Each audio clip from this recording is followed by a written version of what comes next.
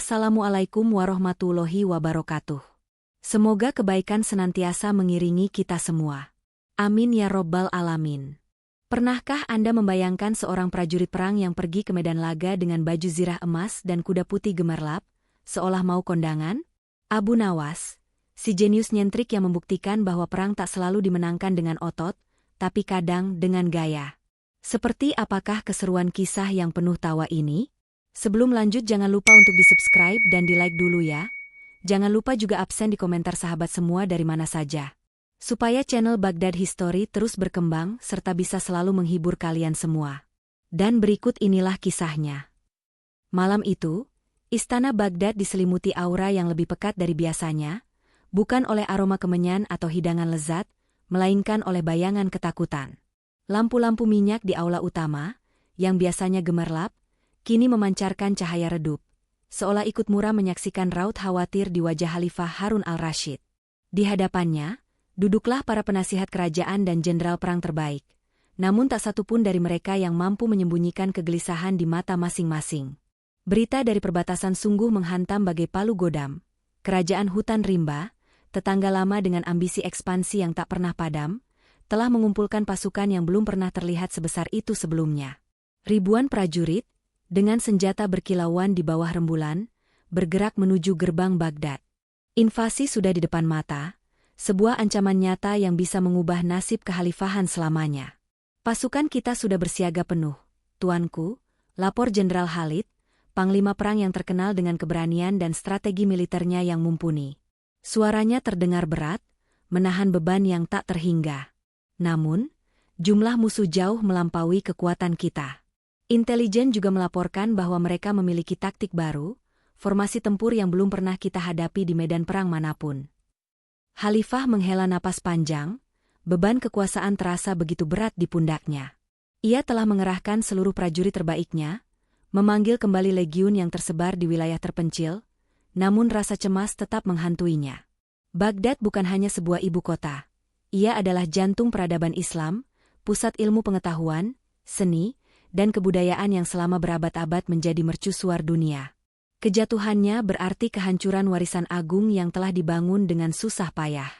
Kita butuh lebih dari sekadar pedang yang tajam dan perisai yang kokoh. Gumam Khalifah, suaranya pelan namun penuh keseriusan. Matanya menerawang, seolah mencari jawaban di langit-langit berukir. Kita butuh akal, sebuah strategi cemerlang yang mampu membalikkan keadaan, sebuah ide yang bahkan tidak bisa diantisipasi oleh para komandan musuh paling cerdik sekalipun. Seketika, sebuah bayangan melintas di benaknya, sosok pria kurus dengan sorban miring yang khas dan senyum iseng yang tak pernah lepas dari bibirnya. Ia adalah figur yang seringkali menjadi sumber kegeraman sekaligus kekaguman Khalifah. Siapa lagi kalau bukan Abu Nawas, penyair nyentrik yang terkenal dengan kecerdikannya, atau lebih tepatnya, dengan akal-akalannya yang seringkali absurd namun selalu berhasil. Abu Nawas selalu punya cara unik untuk keluar dari masalah. Bahkan dari masalah yang seringkali justru ia ciptakan sendiri. Panggil Abu Nawas. Titah Khalifah dengan suara yang tiba-tiba lebih bersemangat, sebuah percikan harapan menyala di matanya. Para menteri dan jenderal saling pandang, raut wajah mereka menunjukkan keheranan yang kentara. Memanggil Abu Nawas di tengah situasi perang yang genting? Bukankah itu terlalu, tidak lazim? Abu Nawas lebih sering dipanggil untuk memecahkan teka-teki konyol, menemukan kambing yang hilang, atau sekadar menghibur Khalifah dengan lelucon dan syair-syairnya yang jenaka. Membayangkan Abu Nawas berada di medan perang sungguh di luar nalar mereka. Namun, tak satu pun dari mereka yang berani membantah titah langsung dari Khalifah. Tak lama kemudian, sebuah suara ceria terdengar dari balik pintu aula. Tak lama setelah itu, Abu Nawas muncul, berjalan santai dengan jubah kebanggaannya yang agak lusuh. Namun dengan wajah yang ceria seolah baru saja menemukan lelucon terbaik di dunia. Ia sama sekali tidak menyadari aura mencekam dan berat yang menyelimuti ruangan itu. Ampun tuanku, gerangan apa hamba yang hina ini dipanggil menghadap di waktu yang begitu genting ini? Tanya Abu Nawas, suaranya sedikit melengking ceria, kontras dengan suasana ruangan. Khalifah tersenyum tipis, sedikit lega melihat pembawaan Abu Nawas yang tak terduga. Ia kemudian menjelaskan situasi pelik yang dihadapi kerajaan Baghdad dengan rinci. Ancaman invasi besar-besaran, jumlah musuh yang masif, dan kebutuhan mendesak akan sebuah ide cemerlang untuk menyelamatkan Baghdad. Abu Nawas, negeriku terancam musuh yang kuat dan jumlahnya tak terhitung, kata Khalifah, nadanya serius dan penuh tekanan. Semua prajurit terbaikku sudah siap siaga di garis depan, tapi aku butuh lebih dari itu. Aku butuh ide-ide brilianmu, atau mungkin kau sendiri bisa bergabung dan menjadi bagian dari pertahanan kita. Mata Abu Nawas membelalak. Menjadi prajurit perang? Iya, mengangkat pedang, mengenakan baju zirah, dan berperang di garis depan yang penuh bahaya? Pikiran itu terasa begitu absurd, begitu jauh dari kehidupannya yang diisi dengan bait-bait puisi dan perdebatan konyol. Ia adalah seorang penyair, penikmat kopi yang kental, dan sesekali pembuat onar yang jenaka. Keringat dingin mulai membasahi punggungnya, meskipun suhu ruangan tidaklah panas. Namun, ia tahu betul bahwa menolak permintaan langsung dari Khalifah adalah hal yang mustahil.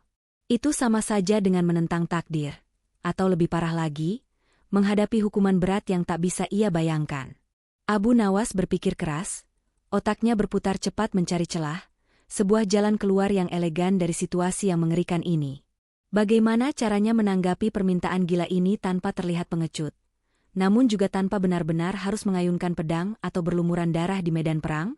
Dengan senyum yang sedikit dipaksakan, yang tidak luput dari pandangan mata tajam Khalifah, Abu Nawas akhirnya berujar, "Ampun tuanku, hamba bersedia. Dengan segenap hati, hamba akan mengabdikan diri untuk kerajaan Baghdad." Para menteri dan jenderal yang hadir terkejut bukan kepalang. Mereka saling berbisik, tidak percaya dengan apa yang baru saja mereka dengar. Khalifah pun mengangkat alisnya, sebuah ekspresi campuran antara terkejut dan rasa ingin tahu terpancar jelas di wajahnya. Namun, lanjut Abu Nawas, dengan nada yang sengaja dibuat dramatis, seolah ia akan mengajukan sebuah syarat yang sangat penting dan logis. "Hamba punya satu syarat." Raut wajah Khalifah kembali diselimuti rasa ingin tahu yang besar. Syarat apa lagi yang akan diajukan si cerdik ini? Para hadirin kembali saling berbisik, kali ini dengan intonasi yang lebih bertanya-tanya. Pertarungan hidup mati kerajaan Baghdad akan segera dimulai, dan Abu Nawas mengajukan syarat yang tak terduga. Senyap mencekam menyelimuti aula istana setelah Abu Nawas melontarkan syaratnya. Para menteri dan jenderal memandanginya dengan tatapan tak percaya, bahkan sedikit jengkel. Bagaimana mungkin seseorang mengajukan syarat di tengah ancaman perang yang mengancam kehancuran? Hanya Khalifah Harun al-Rashid yang mempertahankan ketenangannya, meskipun kerutan di dahinya menunjukkan rasa ingin tahu yang besar. "Syarat apa itu, Abu Nawas?" tanya Khalifah, nada suaranya terdengar sabar namun tegas. Ia sudah hafal betul dengan tingkah Abu Nawas yang selalu di luar dugaan. Abu Nawas melangkah maju, dadanya membusung dengan bangga yang sedikit berlebihan, seolah ia akan mengajukan sebuah formula rahasia untuk memenangkan perang. "Ampun tuanku, hamba bersedia menjadi prajurit kerajaan Baghdad, namun dengan beberapa ketentuan yang sangat spesifik." Para jenderal mulai mendengus. "Ketentuan? Untuk prajurit?" bisik Jenderal Khalid kepada rekan di sebelahnya. "Pertama, tuanku," Abu Nawas melanjutkan, mengabaikan bisikan-bisikan sumbang, "hamba hanya akan mengenakan baju besi yang paling mewah, yang terbuat dari baja pilihan dan dihiasi emas serta permata. Bukan untuk pamer, tuanku, melainkan untuk membangkitkan semangat prajurit lain dan mengintimidasi musuh." Beberapa menteri terbatuk menahan tawa. Ide memakai baju zirah mewah di medan perang yang penuh lumpur dan darah terdengar konyol. Kedua, Abu Nawas melanjutkan, tanpa jeda. "Hamba harus dibekali pedang yang paling tajam. Bilahnya berkilau seperti cermin dan sarungnya dihiasi ukiran naga serta permata safir. Pedang itu harus mampu membelah angin dengan sekali ayun." Jenderal Khalid menggelengkan kepala. Pedang yang terlalu mewah justru akan menarik perhatian musuh dan menjadi beban. "Dan yang ketiga, tuanku," Abu Nawas berkata, suaranya sedikit lebih rendah, seolah ia akan menyampaikan poin paling penting. "Hamba harus menunggangi kuda perang yang paling gagah. Bulunya seputih salju dan tapalnya terbuat dari perak murni. Kuda itu harus gesit bagai angin, melesat di antara barisan musuh tanpa terhalang." Sampai di sini, para hadirin hanya bisa menatap Abu Nawas dengan tatapan campur aduk antara bingung dan jengkel. Khalifah sendiri mengangkat alisnya tinggi-tinggi. Semua syarat itu terdengar lebih cocok untuk sebuah perayaan festival daripada medan perang. "Dan yang terakhir, Tuanku, Abu Nawas menarik napas dalam-dalam, ini yang terpenting dari semuanya. Hamba bersedia pergi ke medan perang, bahkan di garis paling depan sekalipun. Namun, hamba tidak akan menyerang musuh secara langsung dengan pedang atau panah. Suara tawa kecil pecah di beberapa sudut ruangan, namun Khalifah mengangkat tangan, membungkam mereka. Apa maksudmu, Abu Nawas? Jika kau tak menyerang, lalu apa yang akan kau lakukan? Abu Nawas tersenyum lebar, senyum penuh misteri yang sering membuat Khalifah penasaran. Hamba akan menjadi mata dan telinga tuanku di medan perang, dari jarak yang aman tentu saja. Hamba akan memata-matai pergerakan musuh, mencari celah dalam pertahanan mereka, dan menganalisis setiap taktik yang mereka gunakan. Dengan kata lain, hamba akan menjadi prajurit pengintai strategis, tuanku. Para menteri saling berpandangan. Seorang pengintai? Dengan baju zirah emas dan kuda perak? Ide itu terdengar gila, bahkan untuk standar Abu Nawas. Jenderal Khalid maju selangkah, raut wajahnya menunjukkan ketidaksetujuan. Ampun tuanku, kata Jenderal Khalid, ini adalah perang, bukan pertunjukan sirkus. Pasukan membutuhkan prajurit yang siap bertempur, bukan seseorang yang hanya ingin mengamati dari jauh dengan segala kemewahannya. Khalifah Harun al-Rashid merenung. Ia tahu Abu Nawas tidak serius ingin bertempur. Namun, ia juga tahu bahwa di balik segala kejenakaannya, Abu Nawas memiliki kecerdasan yang tak tertandingi dalam menganalisis situasi dan menemukan solusi yang tak terpikirkan orang lain. Mungkin, hanya mungkin, ada sebuah benih kejeniusan dalam proposal gila ini. Baghdad memang membutuhkan sesuatu yang berbeda. Baiklah, Abu Nawas, putus Khalifah, membuat semua orang terkejut. Aku kabulkan semua syaratmu. Kau akan mendapatkan baju besi termewah, pedang tertajam, dan kuda terindah. Kau akan bergabung dengan pasukan sebagai prajurit pengintai strategisku. Abu Nawas tersenyum sumringah, seolah baru saja memenangkan lotre. Namun, Khalifah menambahkan, suaranya kembali tegas, jika rencanamu ini gagal, jika kau tidak mampu memberikan kontribusi yang berarti dalam perang ini, maka kepalamu taruhannya. Aku tidak akan segan-segan untuk memenggalmu sendiri. Senyum di wajah Abu Nawas sedikit memudar, namun ia segera mengangguk yakin. Hamba menerima tantangan tuanku. Jika hamba gagal, maka biarlah kepala hamba menjadi tumbal untuk kemenangan Baghdad. Keesokan harinya, seluruh pasukan kerajaan disibukkan dengan persiapan perang. Di tengah hiruk-pikuk itu, sebuah pemandangan aneh menarik perhatian semua orang. Di sebuah sudut, Abu Nawas berdiri tegak, mengenakan baju zirah emas berkilauan yang memantulkan cahaya matahari. Sarung pedangnya dihiasi batu permata, dan di sampingnya berdiri kuda putih gagah berhiaskan perak yang gemerlap. Ia tampak lebih seperti bangsawan yang akan menghadiri pesta megah daripada prajurit perang yang siap tempur. Para prajurit lain hanya bisa geleng-geleng kepala, menahan tawa. Dia benar-benar akan pergi ke medan perang dengan penampilan seperti itu, bisik seorang prajurit. Mungkin dia akan membuat musuh silau hingga menyerah. Timpal prajurit lainnya, disambut tawa kecil.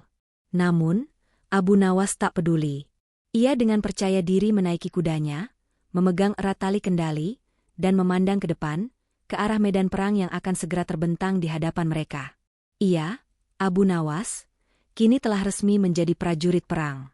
Prajurit yang aneh, namun penuh dengan rencana tak terduga.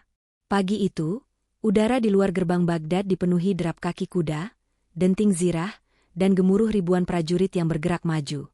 Matahari pagi menyinari bendera-bendera kerajaan yang berkibar megah, seolah ingin menyuntikkan semangat ke dalam setiap hati yang diliputi kecemasan. Di tengah lautan prajurit Baghdad yang gagah berani, sebuah pemandangan mencolok menarik perhatian semua mata. Abu Nawas. Ia duduk tegak di atas kuda putihnya yang gagah, bulunya seputih kapas dan tapalnya mengilap perak. Baju zirah emasnya berkilauan memantulkan cahaya matahari, seolah ia adalah patung hidup yang berharga. Pedang di pinggangnya, dengan sarung bertabur permata, terlihat terlalu indah untuk digunakan dalam pertempuran. Ia tampak lebih seperti bangsawan yang sedang parade daripada seorang prajurit. Para prajurit di sekelilingnya, yang bersenjatakan sederhana namun syarat pengalaman, hanya bisa saling pandang dan menggelengkan kepala. Beberapa di antaranya bahkan tertawa geli, mencoba meredakan ketegangan perang dengan pemandangan absurd di depan mereka. Lihat itu, sang pahlawan kita, bisik seorang prajurit kepada rekannya. Mungkin dia akan membuat musuh buta karena silau. Tawa kecil menyertai bisikan itu, namun Abu Nawas sama sekali tidak peduli. Ia membusungkan dadanya, seolah bangga dengan penampilannya yang mencolok. Di sakunya, ia membawa gulungan perkamen dan sebatang pena, peralatan yang jauh lebih cocok untuk seorang penyair atau juru tulis daripada prajurit. Barisan pasukan Baghdad bergerak perlahan namun pasti menuju area perbatasan yang telah menjadi medan perang tak terhindarkan. Debu berterbangan di udara, menyelimuti barisan panjang prajurit. Dari kejauhan, siluet pasukan hutan rimba mulai terlihat, bagai awan hitam yang perlahan mendekat, mengancam untuk menelan Baghdad. Jantung para prajurit berdebar kencang. Ini bukan lagi latihan, ini adalah kenyataan pahit. Ketegangan memuncak saat jarak antara kedua pasukan semakin menipis. Komandan masing-masing unit mulai memberikan instruksi terakhir. Panah-panah disiapkan, pedang dicabut dari sarungnya, dan teriakan perang mulai menggema. Jenderal Khalid, yang memimpin barisan depan, memandang sekilas ke arah Abu Nawas. Ia melihat Abu Nawas menarik kudanya sedikit ke belakang, tidak ke garis depan seperti yang ia bayangkan, melainkan mencari gundukan tanah yang lebih tinggi. Dari sana, Abu Nawas membuka sebuah teropong kecil yang juga dihiasi permata, tentu saja, lalu mulai mengamati pergerakan pasukan musuh dengan saksama. Apa yang dia lakukan? Gumam Jenderal Khalid, sedikit jengkel. Dia seharusnya berada di tengah barisan, siap bertempur. Namun, tak ada waktu untuk menegur Abu Nawas. Perintah penyerangan akhirnya diberikan. Genderang perang ditabuh keras, disusul trompet yang menggelegar. Serang, teriak Jenderal Khalid, memimpin pasukannya maju. Pertempuran pun pecah. Panah berdesing di udara bagai hujan, pedang beradu dengan suara memekakan telinga, dan teriakan kesakitan serta gempita perang memenuhi seluruh medan. Pertempuran sengit, brutal, dan tak kenal ampun. Di tengah kekacauan itu, Abu Nawas tetap di tempatnya. Ia tidak mengayunkan pedang, tidak menembakkan panah, bahkan tidak meneriakkan seruan perang. Ia hanya duduk di atas kudanya yang megah, sesekali mengarahkan teropongnya ke berbagai titik di barisan musuh. Gerakannya tenang dan terfokus, seolah ia sedang mengamati pertunjukan teater. Sesekali, ia tersenyum tipis, seolah menemukan sesuatu yang menarik. Di lain waktu, ia menggelengkan kepala, mencatat sesuatu di gulungan perkamennya dengan pena bulu yang ia bawa. Prajurit ini benar-benar gila, bisik seorang tentara yang berlari melintas di dekatnya. Dia malah menulis catatan di tengah perang. Namun, Abu Nawas tak menggubris. Ia terus mengamati. Matanya meneliti formasi musuh, kecepatan pergerakan mereka, titik-titik lemah yang terlihat, bahkan ekspresi wajah para komandan musuh yang bisa ia tangkap dari kejauhan. Ia mengamati bagaimana sayap kanan musuh tampak sedikit goyah saat diserang balik, bagaimana prajurit pemanah mereka terlihat kebingungan saat dipaksa bertempur jarak dekat, dan bagaimana beberapa unit musuh tampak lebih mudah panik dibanding yang lain. Pertempuran berlangsung sengit selama beberapa jam. Pasukan Baghdad bertempur dengan gagah berani, dan perlahan-lahan berhasil memukul mundur pasukan hutan rimba. Meskipun kemenangan belum mutlak, musuh telah dipaksa mundur ke posisi semula. Ketika pertempuran mereda, dan pasukan Baghdad mulai regroup, Khalifah Harun al-Rashid segera mencari Abu Nawas. Ia melihat Abu Nawas turun dari kudanya, gulungan perkamen di tangannya, dengan ekspresi yang sangat puas.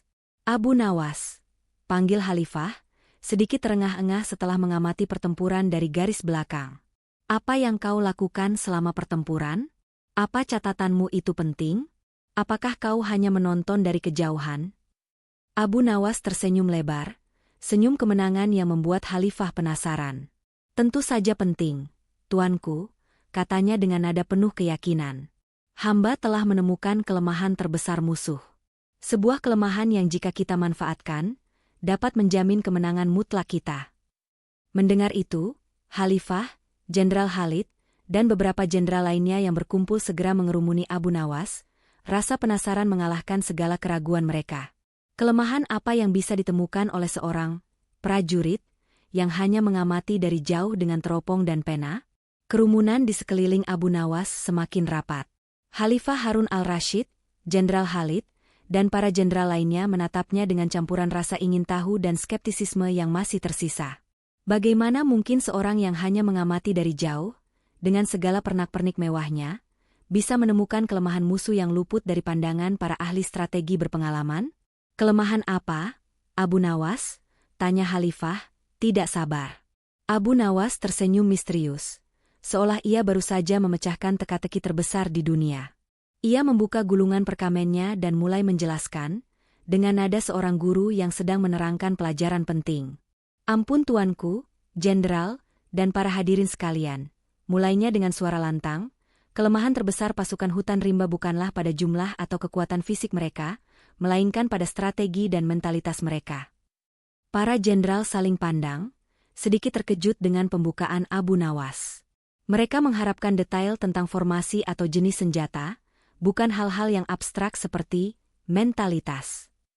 Pertama, lanjut Abu Nawas, menunjuk-nunjuk dengan pena bulunya ke arah peta medan perang imajiner di udara, hamba mengamati bahwa mereka terlalu fokus pada serangan frontal. Mereka selalu mengandalkan kekuatan besar di garis depan, seperti gelombang pasang yang menerjang. Mereka kurang memiliki fleksibilitas untuk manuver samping atau serangan kejutan. Itu memang benar, gumam Jenderal Khalid, teringat bagaimana pasukan musuh selalu datang dalam formasi padat. Kedua, Abu Nawas melanjutkan, matanya berbinar-binar, hamba melihat dengan jelas bahwa sayap kanan mereka sering goyah saat diserang balik dengan cepat. Para prajurit di sayap itu, meskipun tampak garang di awal, cenderung panik dan kehilangan koordinasi jika ditekan terus-menerus. Mereka tidak sekuat prajurit di pusat atau sayap kiri. Para jenderal mulai mengangguk-angguk. Beberapa dari mereka, dalam pertempuran tadi, memang merasakan adanya kelemahan di sayap kanan musuh, namun belum sempat menganalisisnya secara detail di tengah panasnya pertempuran. Dan yang ketiga, tuanku, Abu Nawas mendekatkan wajahnya sedikit, seolah membocorkan rahasia besar. Para prajurit pemanah mereka kurang terlatih dalam pertempuran jarak dekat. Begitu kita berhasil menerobos barisan pemanah, mereka menjadi sangat rentan. Mereka lebih mengandalkan jarak aman untuk menembakkan panah, dan kehilangan arah saat harus bertempur dengan pedang atau tombak. Ini adalah observasi yang sangat penting. Pemanah adalah kunci kekuatan jarak jauh, dan jika mereka mudah dilumpuhkan dalam jarak dekat, maka seluruh strategi musuh bisa runtuh. Oleh karena itu, Abu Nawas mengakhiri penjelasannya dengan nada dramatis, strategi kita seharusnya adalah, pertama, menyerang sayap kanan mereka dengan kavaleri ringan yang gesit, untuk terus-menerus menekan dan membuat mereka panik. Kedua, setelah pemanah mereka kehabisan panah atau terdesak, pasukan infanteri kita harus menyerbu dari belakang atau samping, memanfaatkan kekacauan di barisan pemanah. Dan yang terakhir, tuanku, Abu Nawas menyeringai, hamba juga menemukan kelemahan psikologis mereka. Mereka sangat mudah terprovokasi oleh suara-suara keras dan tak terduga. Hamba yakin, jika kita membunyikan trompet perang dari arah yang tak terduga, atau bahkan membuat ledakan suara yang mengejutkan di tengah pertempuran, mereka akan panik dan pertahanan mereka akan runtuh seketika. Aula istana, yang semula dipenuhi skeptisisme, kini diliputi keheningan. Khalifah Harun al-Rashid, Jenderal Khalid, dan para jenderal lainnya saling pandang. Kata-kata Abu Nawas, meskipun disampaikan oleh seorang pria yang berpakaian seperti badut kaya raya, ternyata mengandung kebenaran yang mendalam. Mereka, yang terjebak dalam hiruk-pikuk pertempuran, terlalu fokus pada kekuatan dan jumlah, tanpa memperhatikan detail-detail strategis dan psikologis musuh seperti yang dilakukan Abu Nawas dari jarak aman.